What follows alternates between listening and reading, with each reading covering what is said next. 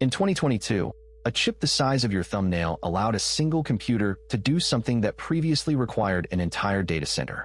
Not faster, not more efficient, but literally the same computational workload that once needed thousands of machines, done in one box. When OpenAI launched ChatGPT and the world lost its mind over artificial intelligence, almost nobody asked the obvious question: what is actually running this thing?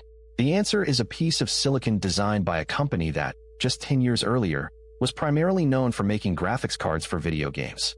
And the decisions that went into that chip, decisions made years before anyone outside a small research community cared about AI, may represent the most consequential engineering choices in the history of computing. That is not an exaggeration. It is a provable claim. And by the end of this, you will understand exactly why. Nvidia's market capitalization crossed $3 trillion in 2024, briefly making it the most valuable company on the planet. That number is not an accident, and it is not hype. It is the direct financial consequence of one chip architecture called Hopper and the chip built on it called the H100. But the story of how that chip came to exist starts much earlier, with a decision that almost nobody at the time thought was particularly important.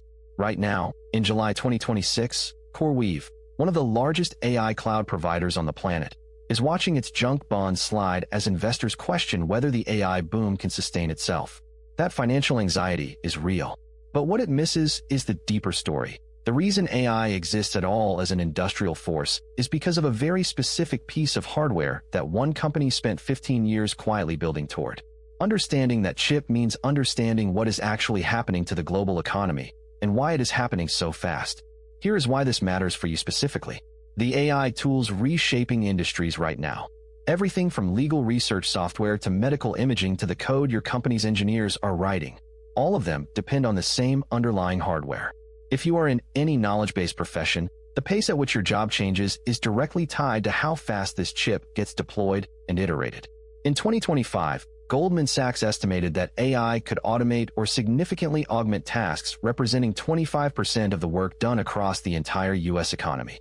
That is not a forecast for the distant future. Deployments already underway are driving that number in real time. There is a second implication that goes beyond careers. The geopolitical stakes around this chip are now openly existential. The United States government has imposed sweeping export controls specifically targeting Nvidia's most powerful chips, blocking their sale to China. In response, China's government announced a $150 billion domestic semiconductor initiative. The reason both governments are treating a commercial chip like a strategic weapon is the same reason you should care. Whoever controls the hardware that trains artificial intelligence controls the infrastructure of the next century's economy. This is not a metaphor. It is the explicit reasoning stated by both the U.S. Commerce Department and China's Ministry of Industry and Information Technology. To understand how we got here, you need to go back to a decision Nvidia made in 2006. At the time, the company made GPUs, graphics processing units, chips designed to handle the massive parallel calculations required to render video game images at 60 frames per second. Rendering a scene in a game requires doing millions of small math operations simultaneously, each one computing the color and brightness of a single pixel.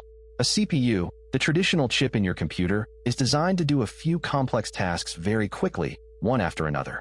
A GPU is designed to do millions of simple tasks all at the same time. Think of a CPU as a brilliant surgeon, fast, precise, sequential. A GPU is more like 10,000 assembly line workers, each one doing something simple, but all doing it simultaneously. In 2006, Nvidia released something called CUDA, Compute Unified Device Architecture. It was a programming platform that let researchers and engineers use a GPU for general-purpose computation, not just graphics.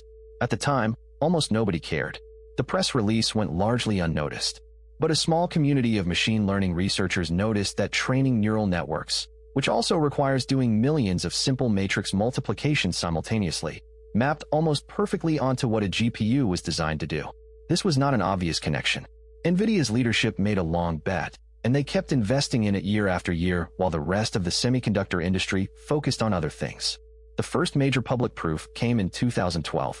A researcher named Alex Krizhevsky used two Nvidia GTX 580 GPUs to train a neural network called ImageNet that won the ImageNet visual recognition competition by a margin so large, nearly 11 percentage points over the second-place entry. that it essentially ended the debate about whether deep learning was a viable approach to AI. The entire AI research community pivoted almost overnight, and every single one of those researchers needed Nvidia GPUs to do their work. The company had, accidentally or by design, built the only tool that could unlock the thing the world suddenly desperately wanted. But here's the part that most people still do not fully grasp. The H100 chip that Nvidia released in 2022 is not simply a faster version of those GTX 580s Alex Krizhevsky used in 2012. The architectural differences are so extreme that comparing them is like comparing a horse-drawn carriage to a commercial airliner. Both are vehicles, but they operate on entirely different principles for entirely different scales of operation. The H100 contains 80 billion transistors. Each transistor is just 4 nanometers across, smaller than a strand of DNA by a factor of about 20. The chip can perform 2,000 trillion floating point operations per second in the specific numerical formats that AI training requires. That number, 2 petaflops of transformer engine performance, is expressed so casually in technical literature that it has lost its ability to shock. But consider this. The fastest supercomputer on the planet in the year 2000 ran at approximately 5 teraflops total. A single H100 chip is 400 times faster at AI math than that entire supercomputer, and you can fit 8 of them in a server rack. What makes the H100 extraordinary is not just its speed in absolute terms. It is what Nvidia chose to optimize for, and why. Modern AI models, the large language models powering tools like ChatGPT, Claude, and Gemini, are not compute-bound in the traditional sense. Their bottleneck is not how fast the chip can do math. It is how fast the chip can move data to feed that math. This is the revelation that reframes everything about the H100's design. Nvidia built an entirely new type of memory system into the chip called high-bandwidth memory, which is stacked directly on top of the GPU die using microscopic copper pillars. The H100 can move data at 3.5 terabytes per second between its memory and its computing cores. For reference, a typical consumer laptop moves data internally at around 50 gigabytes per second. The H100 is 70 times faster, not because the math hardware got 70 times faster, but because Nvidia solved the memory problem that everyone else had accepted as a permanent constraint. They also invented something called the NVLink interconnect, a proprietary high-speed connection that lets multiple H100 chips talk to each other at speeds that dwarf conventional networking. A cluster of 8 H100s connected via NVLink behaves, from a software perspective, almost like a single much larger chip. This is why ChatGPT can respond to you in 2 seconds on a query that would theoretically require months of computation on a laptop. It is not magic. It is precision engineering of the pathways through which data moves, solved at the silicon level years before the applications that needed it even existed. Here is how the H100 actually processes a large language model, broken down to its essential mechanics. When you type a question into an AI chatbot, your words are converted into numerical tokens. Essentially, each word or fragment of a word becomes a number. Those numbers are fed into a mathematical structure called a transformer, which consists of dozens or hundreds of layers, each one performing a series of matrix multiplications, multiplying large grids of numbers together. Think of it like taking a photograph and running it through hundreds of photographic filters simultaneously, each filter trained to recognize a different abstract pattern, and then combining all the results to produce an answer. Each of those filter operations requires multiplying matrices that can be tens of thousands of numbers wide and tens of thousands of numbers tall. The H100 contains specialized hardware blocks called Tensor Cores. There are 512 of them on a single chip, and each one is designed specifically to do matrix multiplication at maximum speed. But critically, Nvidia also designed the chip to work efficiently with lower precision numbers, using a format called FP8 rather than the traditional FP32.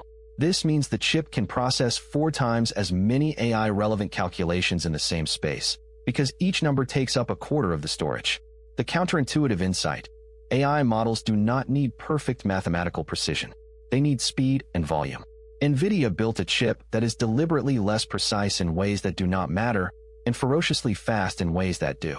The complications are real, and they are serious. The first is concentration risk at a scale the technology industry has never faced before.